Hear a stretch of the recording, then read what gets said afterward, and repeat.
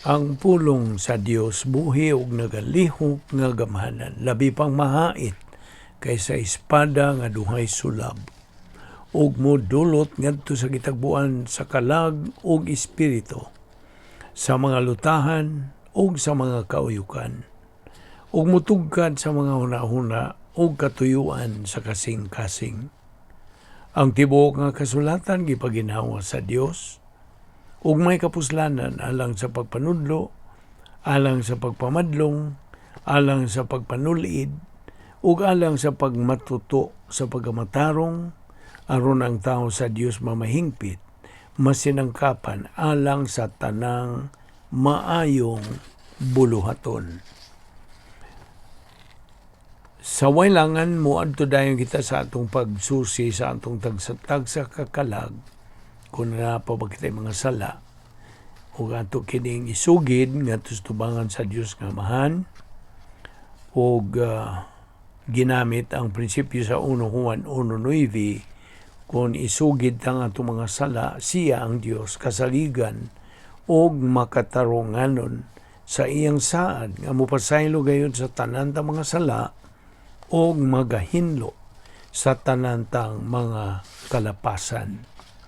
Nawalang kanimo dili pa magtutuo ang imong buhaton, mong paggamit niya na imong kabuoton o sa paghimo nimo sa labing danong desisyon sa tibuok mong kinabuhi. Ang desisyon sa pagtuo kang Ginoong Hesukristo ingon nga manluluwas. Busa sa hilom magandam ta, pinagi sa hilom nga pagampo.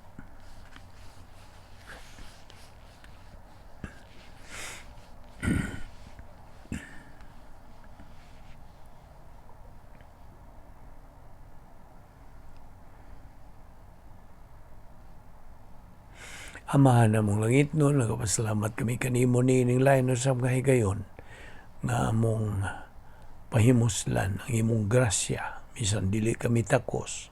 Salamat nga imong pagkaming gipabuhi ang ni gayuna uban sa kalantip pa sa among pangunahunaw, napay kaskil sa among panglawas kini, gumikan lamang sa imong gugma, kaluoy ug imong grasya.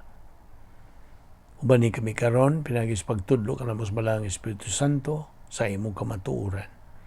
Kining tanan among gipasalamatan sa ngalan ni Ginoong Hesukristo. Amen. Maayong adlaw sa tanan natong mga subscribers o mga igsuon diyan ni Kristo, sa tanan natong mga followers sa Vic Balbido Evangelistic Ministry, o karong adlaw doon na tayo lain usab nga topic o hilisgutan o kini giuluhan og how to practice our Christian faith. Unsaon nato pagbansay sa atong magtutuo. Okay. Sa waylangan atong sugdan kini. Unas tanan, bisag unsang matang sa paugnat sa kusog, ma-baseball man ka na o ma-basketball, nagyod ang mga magdudua nga matawag tag mga batid o bantugang mga magdudua. O kini sila ilado na nga mga atlet labaw sa ubang mga atlet. Now sa in English gitawag ta kini sila mga superstar o mga bayani.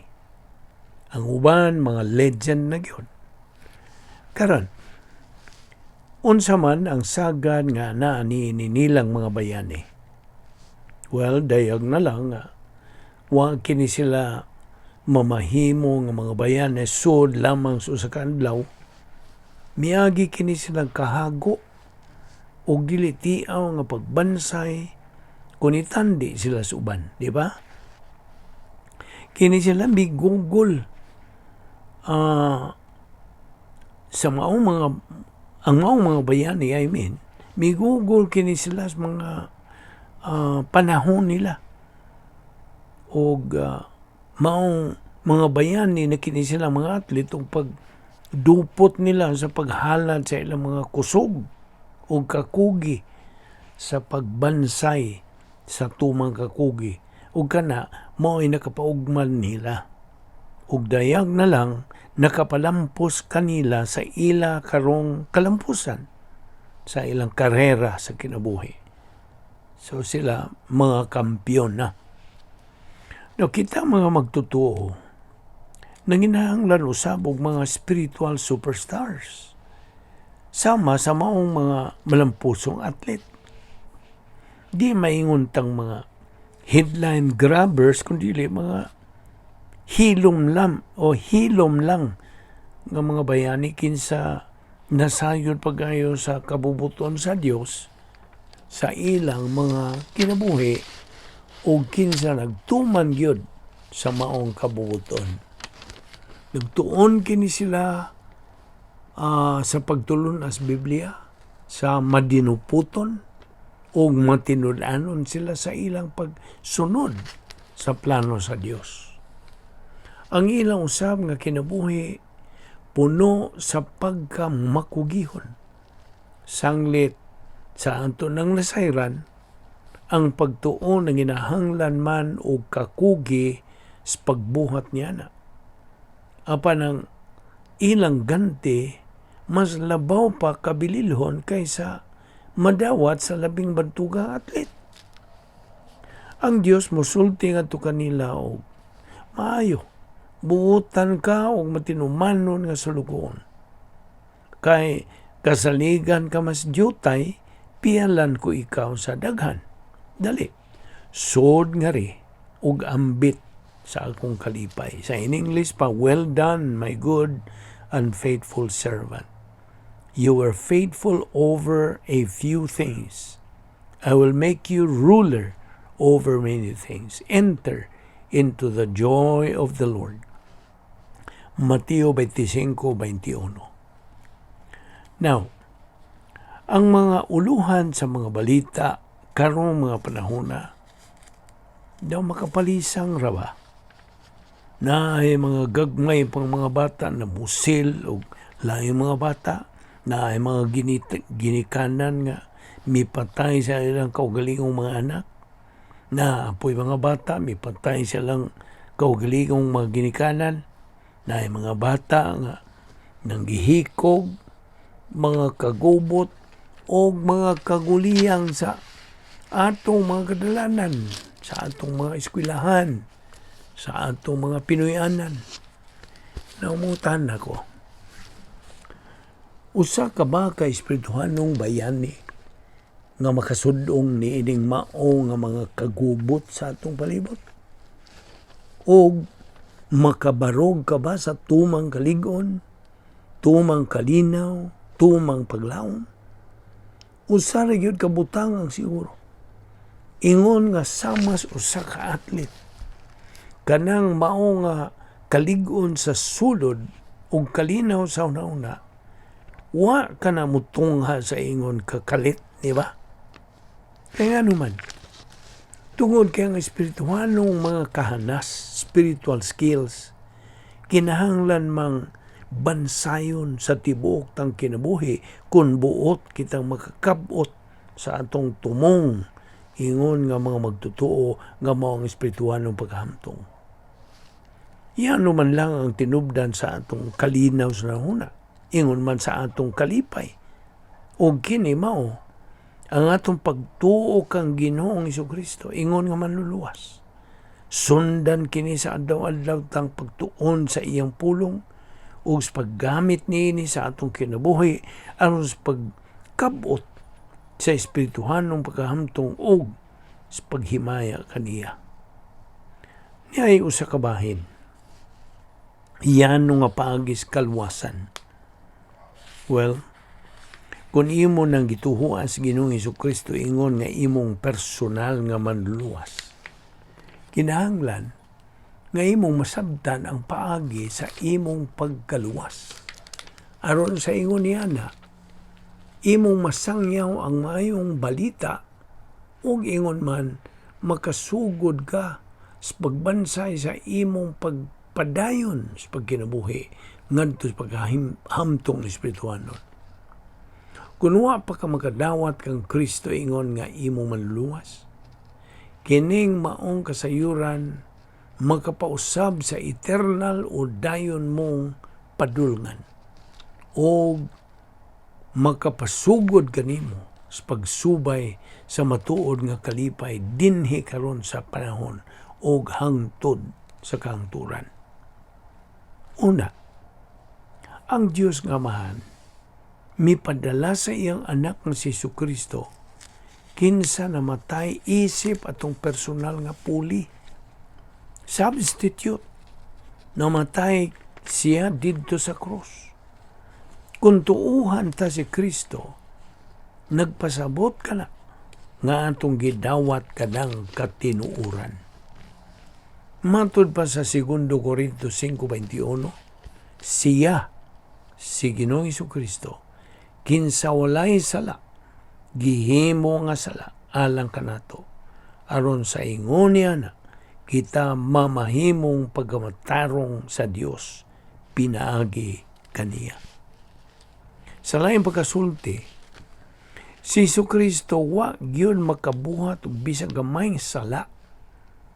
Apan bisan pa niya nagihukman siya gumikan sa tanan tang mga sala nga atong nabuhat o sa mga sala nga ato pang pagabuhaton.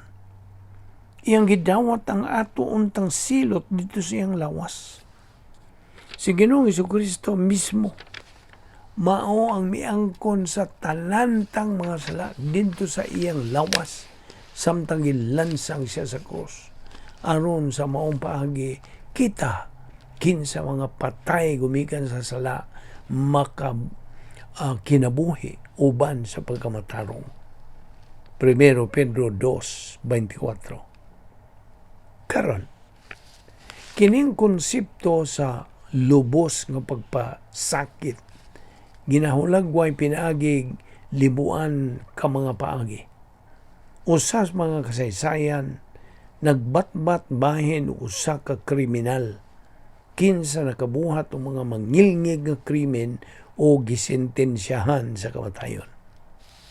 Samtang gihigot na pagpahiluna sa magbibitay ang pisi didto sa liog sa kriminal, dinay usa ka wa hiilhing tao ang miduol sa bitayunon nga kriminal ug miingon og ako ray magpakamatay puli kanimo. Ako ang imong puli. Dili ka kinahanglang mamatay. Ako ang magpakamatay alang kanimo. Now, ang tao nga sada, nakurat pagayo. Og nagkanayon, og apan, ako may nakabuhat sa mga krimen. Angay kong patyon tungod sa mga krimen. Now, tininuod ka ba yun? Miyango ang maong tao. Og nagkanayon, nakasabot ko, nga sadaan ka. Og mga nga angay kang mamatay. Apan kinabubuton kong mo voluntaryo sa pagpuli sa imong dapit. Kinahanglang mamatay ako aron ikaw mabuhi. Nahuhuman yadto. Gikuha sa wahiling tao ang pisi nga gigot sa liog sa kriminal o gibutang kini niya sa iyang liog. Ang tao nga inosente kinabubutong nagpakamatay puli sa tao nga sadan. Ang tao nga sadan nagpabiling sadan apan buhi kini siya o gibuhian pues gawasno na siya. He was alive and free. Susama usab niya ng pagiha nga si Jesucristo mipuli sa atong dapit. Kita ang mga sadan. Apan siya namatay isip puli alang kanato.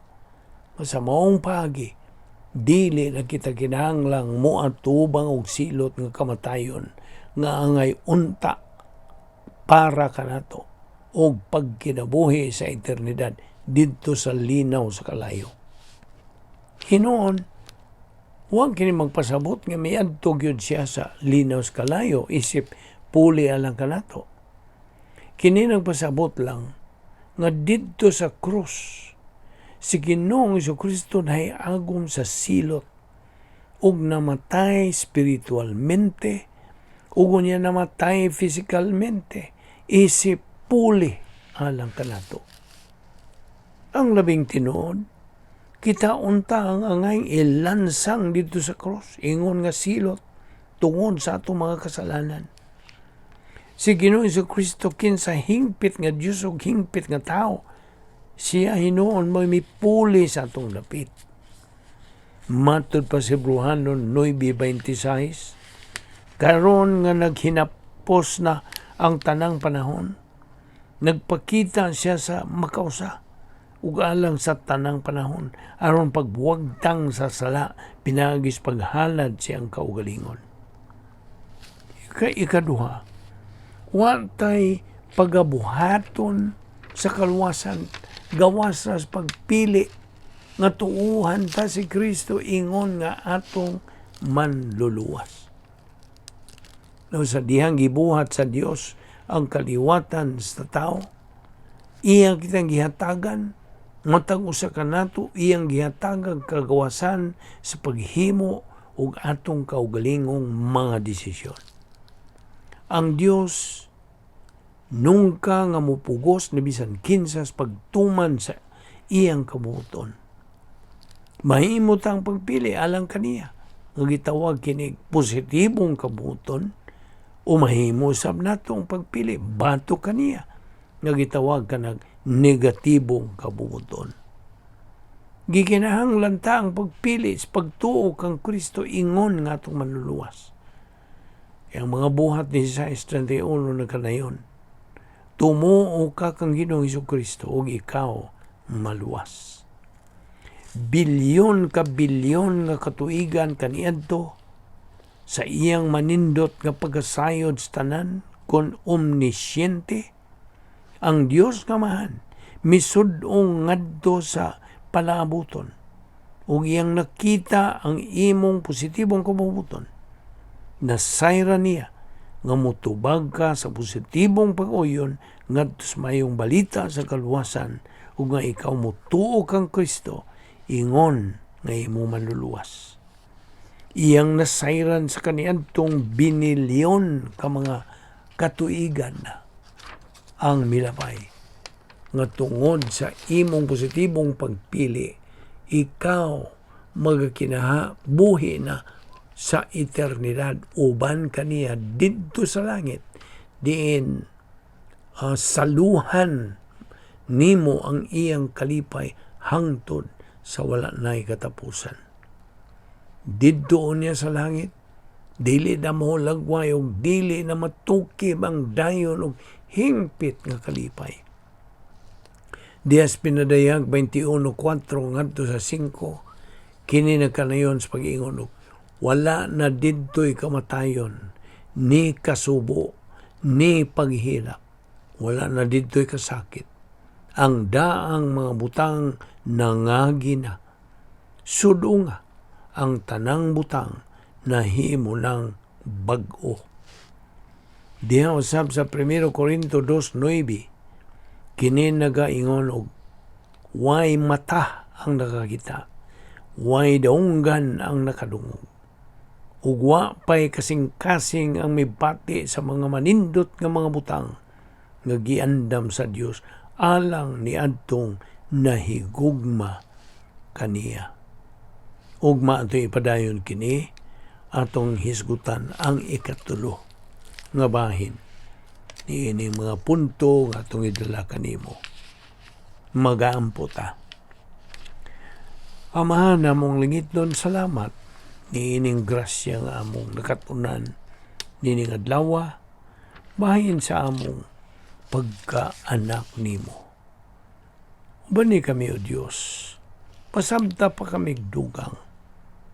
Ipatinaw pa ka namong tataw klaro ang imong kamatuoran nga among magamit sa among pagkinabuhing Kristohanon. Salamat ni among Bible study pinagi sa YouTube. Kining tanan among gipasalamatan sa ngalan ni Ginoong Hesukristo. Amen.